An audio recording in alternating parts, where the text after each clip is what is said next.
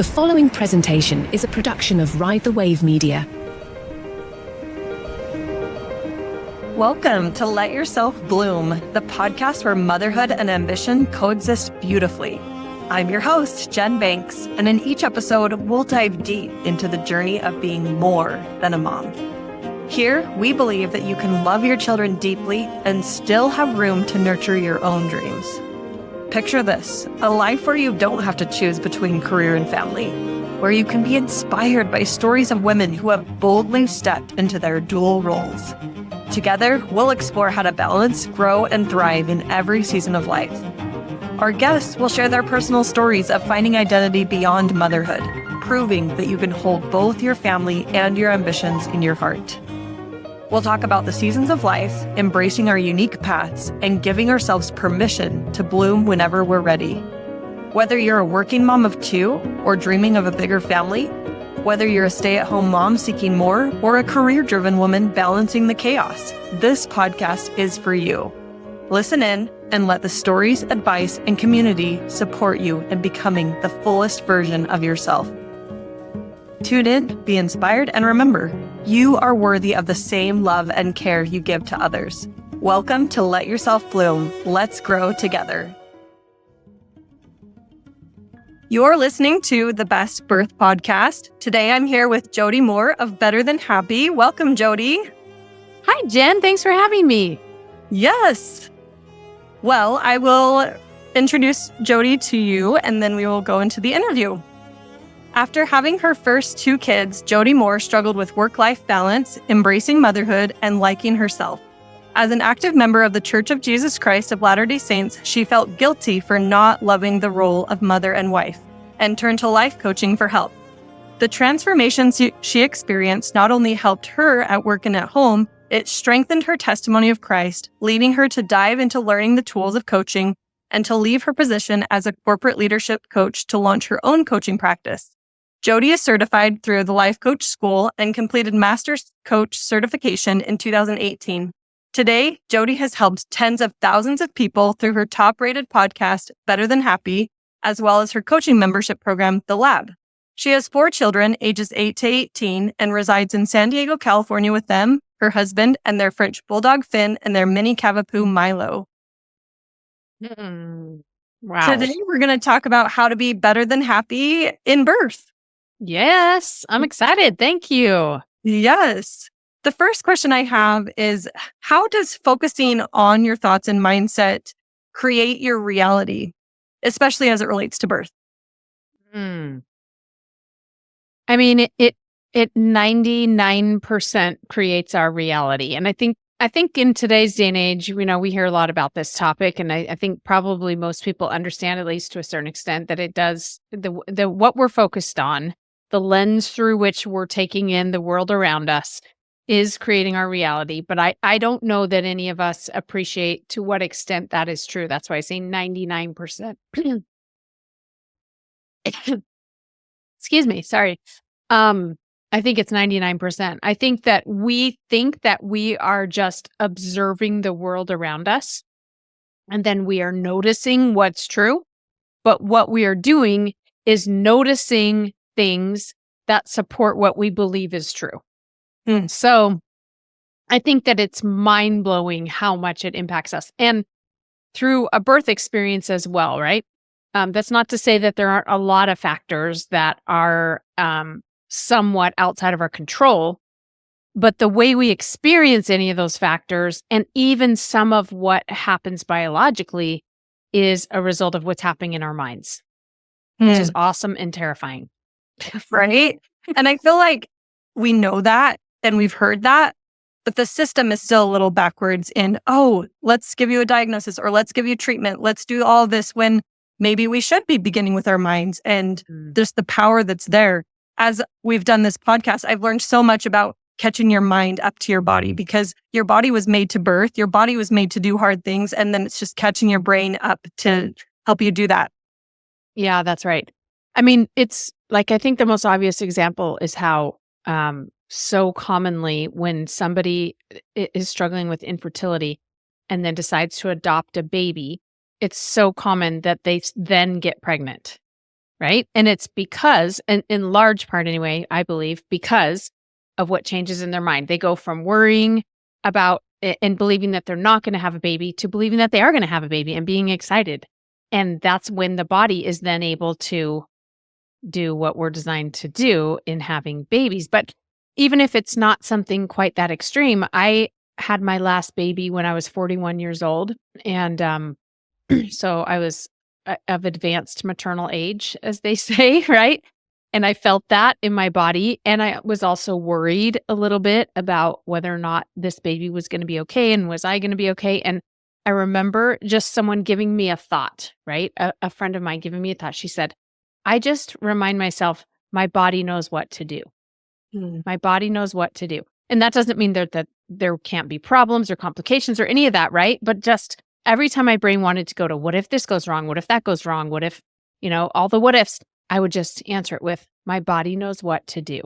And so sometimes even just understanding on a very simple level like that can give us a lot of peace. So true. I love that adoption example because it's so true that once you are in a better headspace, things often do work out.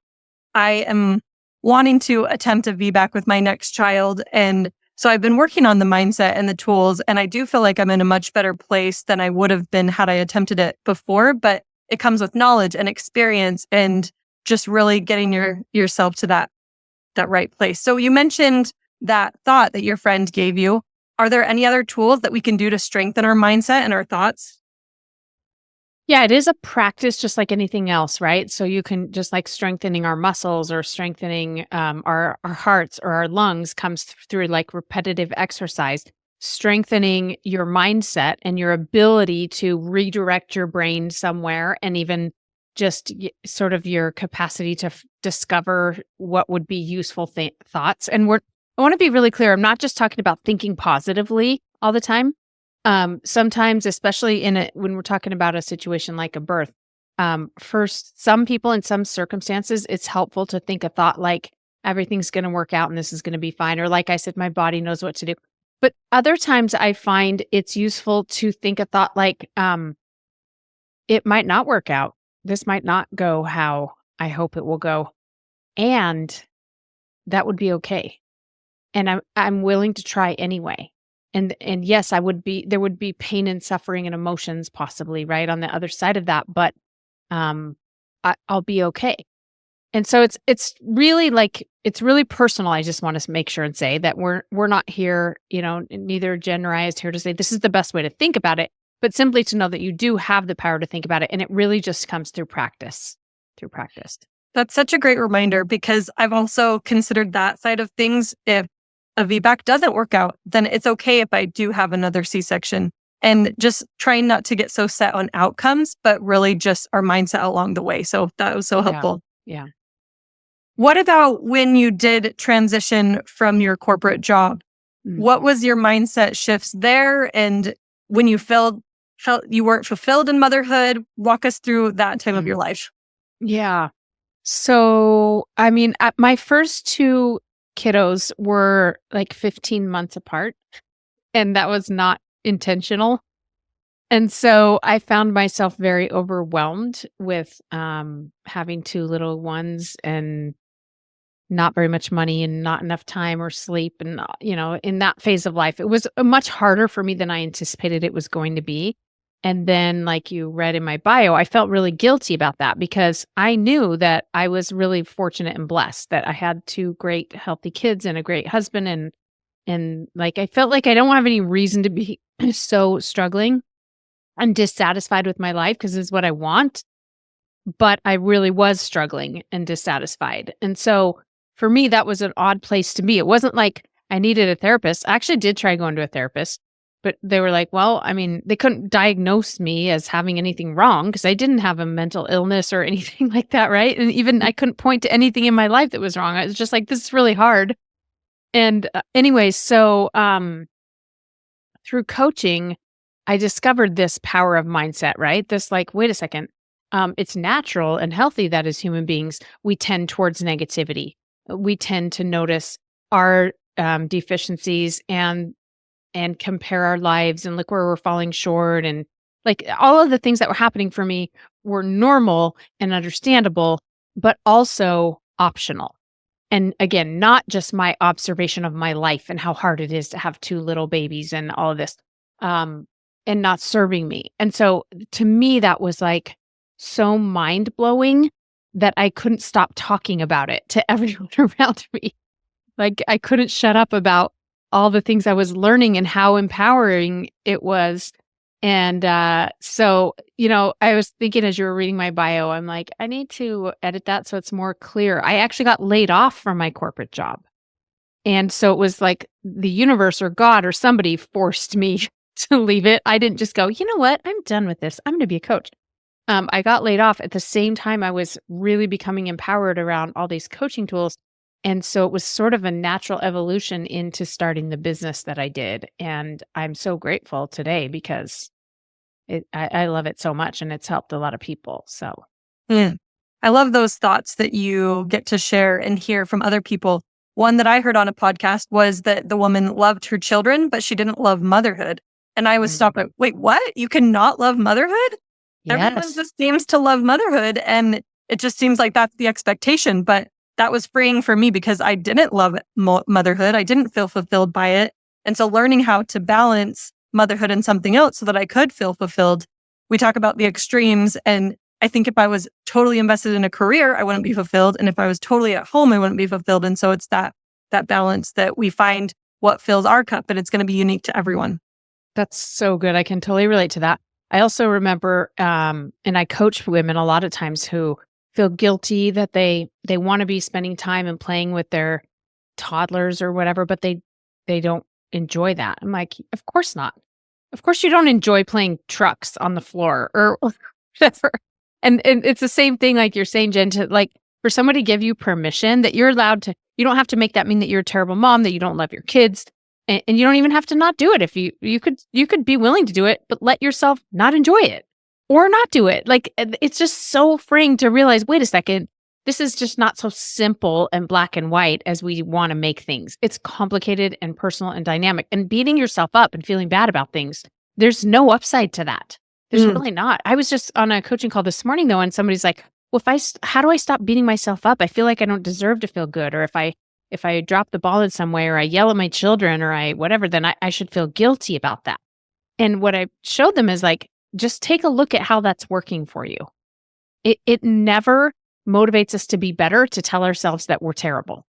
It really doesn't. We might get a temporary surge of positive action, but we won't get the long-term result that we want. If we want to be better and feel better and do better, we have to think better and feel better. That's it. Yes. It sounds more like, hey, what's going on? It just seems like we're struggling today. That's okay. What's that about? What do you need? How can I help you? I love you. You're good. That wasn't you at your best, but you're still good. How do we help you become who you want to be? It sounds so simple when you say it out loud. You're like, oh yeah, that's what I would say to another person. That's just not what I say to myself. Yeah. So anyway. A lot more compassionate. Yes, for sure. Yeah.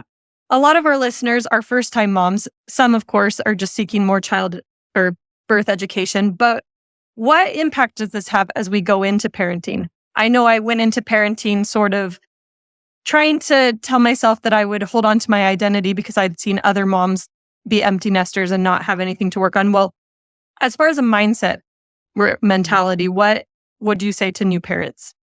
Yeah, that's a good question. I think I would say to just give yourself a lot of compassion and grace for however you feel.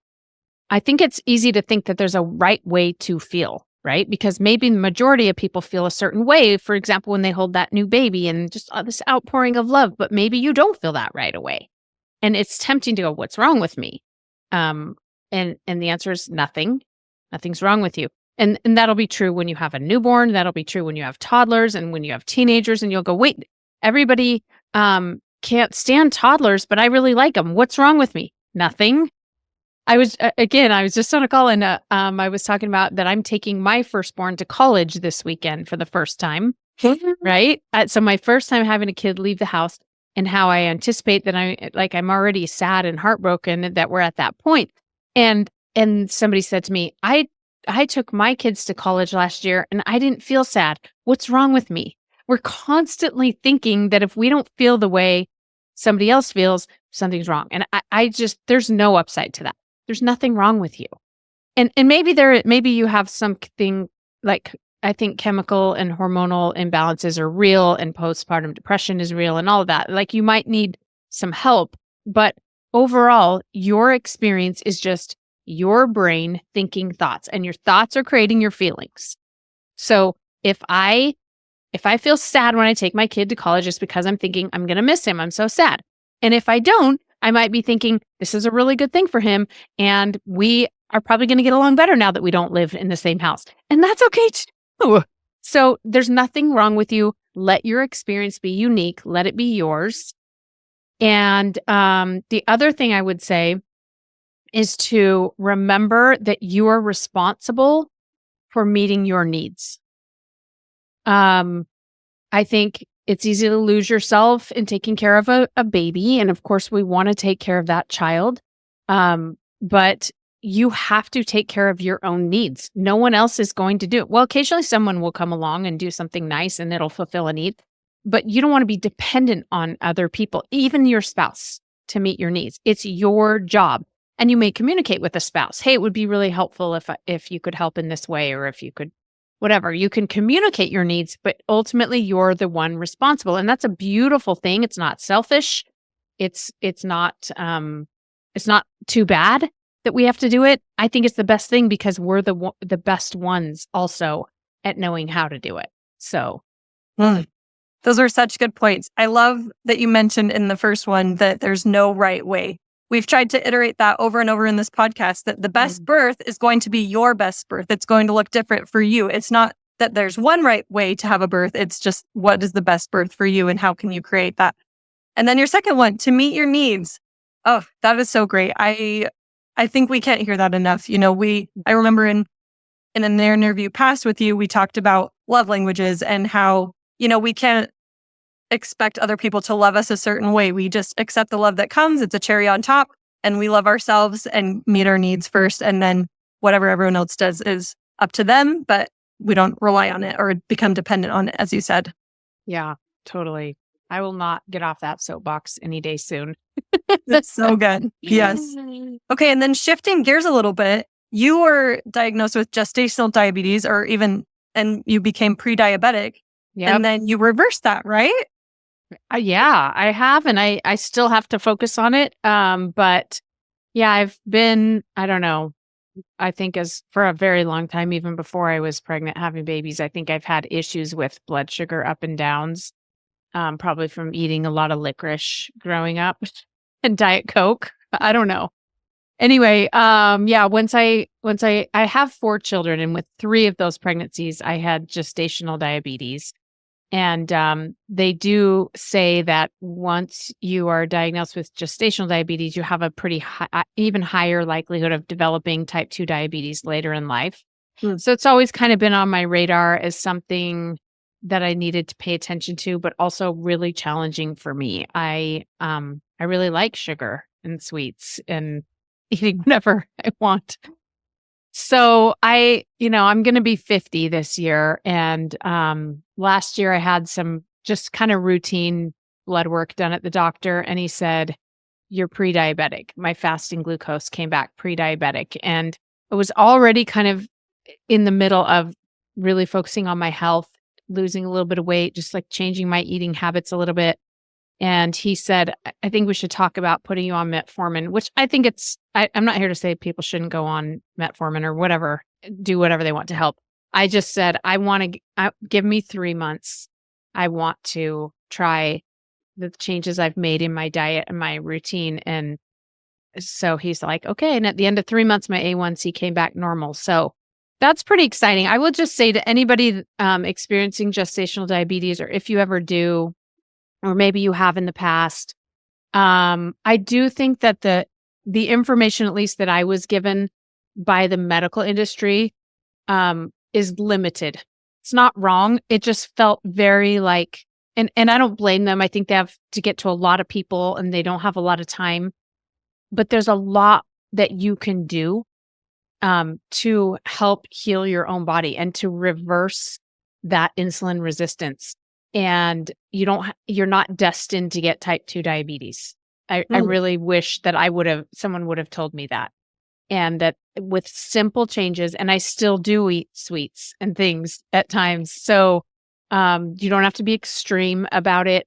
There are a lot of things that you can do. And I feel pretty passionately about helping people understand that. So That's good. Thank you for walking us through that. We interviewed Amber Brusicki of Biceps After Babies. I love Amber. Yes. She told us that we aren't fragile in pregnancy. And I think that has been kind of a misconception for a lot of years, is like, oh, let's just kick our feet up and, grow this baby. But if you are, I'm not saying just ignore everything, but if you are capable of exercising or doing all those things during pregnancy, then keep it up. And she says you're training for a marathon. And so you want to make sure that you have those muscles and things in place so that you're doing movement throughout pregnancy as well.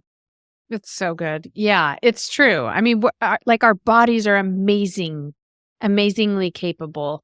And of course, you got to listen to your body, right? But, and it'll tell you if you're going too far. But yeah, there's just, and nowadays we have so much knowledge and so many tools and so many resources that I find that to be really freeing, because I feel like the message I got was like, yeah, and then one day you're going to be taking insulin shots forever. And that's just the way of it. And that doesn't have to be the way of it. Yes, so true. Well, let's talk about body and mind for a minute. And how does the way we see ourselves impact how we parent or how we show up in the world? Oh my gosh, so much. Again, it's good news and frightening news to me. So biologically, we are very wrapped up in our children's success, right? Which makes sense, because in order for our species to thrive and continue on, then we've got to protect our young. We got to keep them alive and allow them to thrive. So there's literally this biological component that says, protect them. This is like the mama bear in us, right? The ones like nobody can hurt them or hurt, including hurting their feelings. They shouldn't be left out of anything. I'm constantly trying to feed my children. Like, are you hungry? I have this fear that they're going to get hungry. And that's a lot of that is biological, right? That if I were a mama bear, literally, I would be making sure my bear cubs weren't hungry and trying to protect them. And so a big component of it is just natural and innate. But what happens is, because our brains are so advanced, we have this prefrontal cortex, we take that sometimes to a not helpful extreme. And it tends to look like letting my own self-worth as a woman and as a mom be dependent on how my kids are doing. So if my kid is struggling, making bad choices or unhappy or what have you, I make that mean that I'm not a good mom, I'm not doing a good job. And that's dangerous territory, because what happens inevitably is, rather than doing my best parenting, I become manipulative and controlling of the child. And this is what we see a lot is we tell ourselves like, no, I just want to help my, let's say, teenager, for example. No, I just want him to do well in school because that'll be so good for his future. But if he doesn't want to do well in school and I'm doing everything I can to get him to do well, but I can't ultimately make him, and I'm making that mean that I'm not a good mom, or that other people are going to think I'm not a good mom, what other people think of me, right? Plays a role.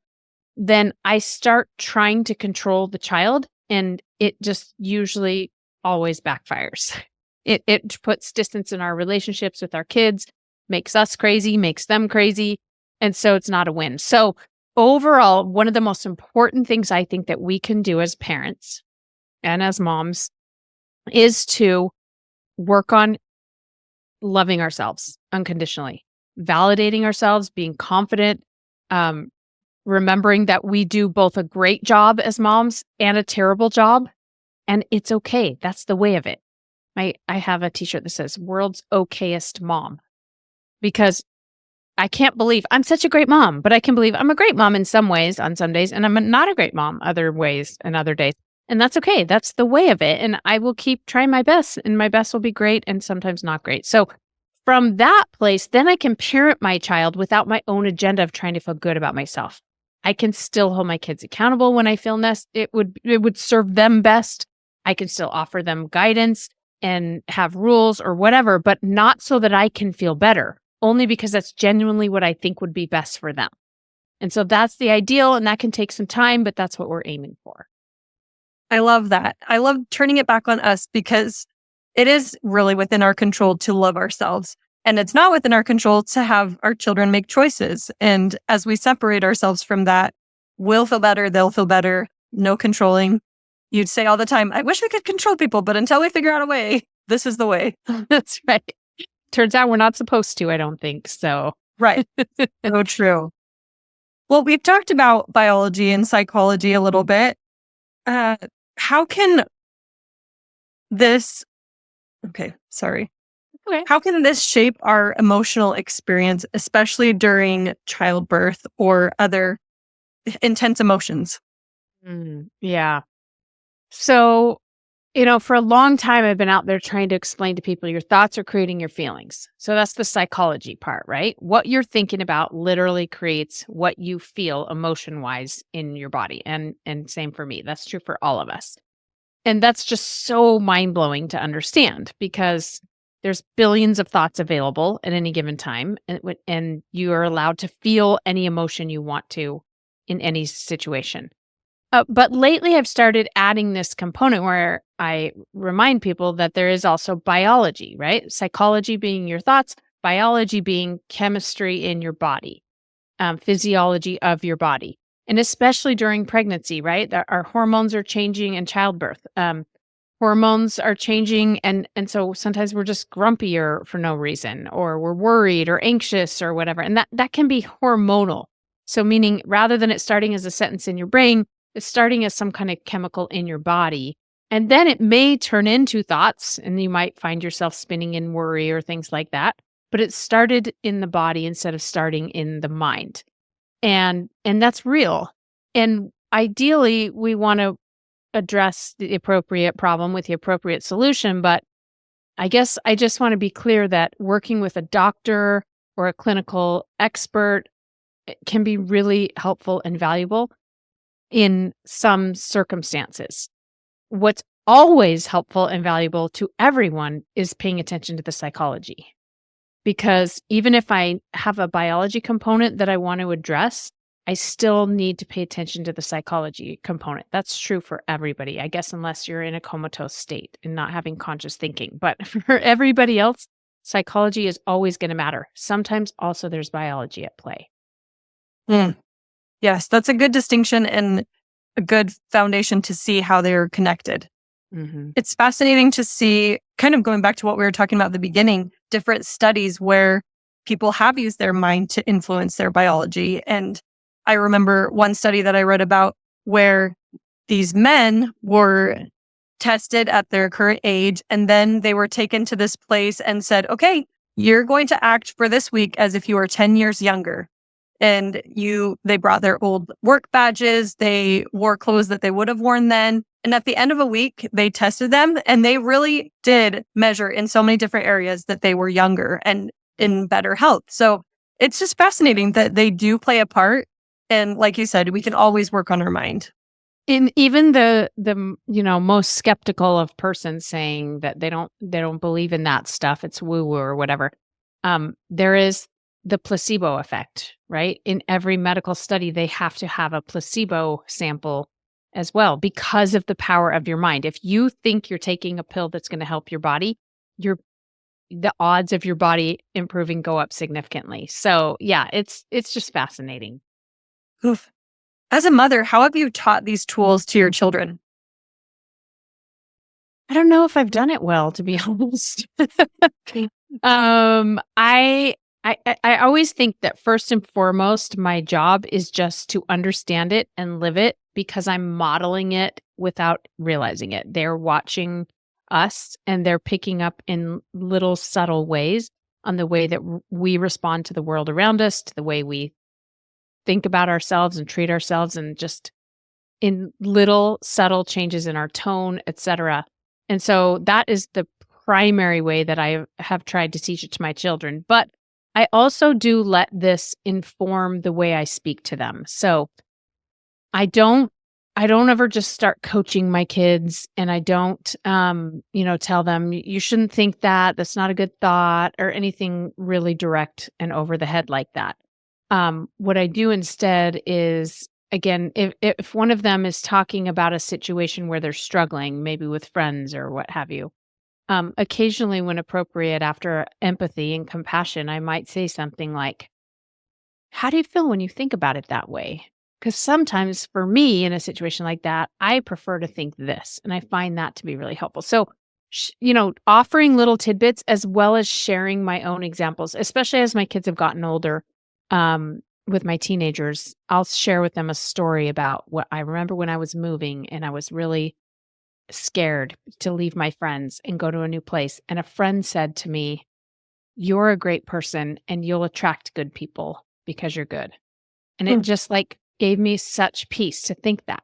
So I'm in a subtle way showing them that I felt peace because of what I was thinking.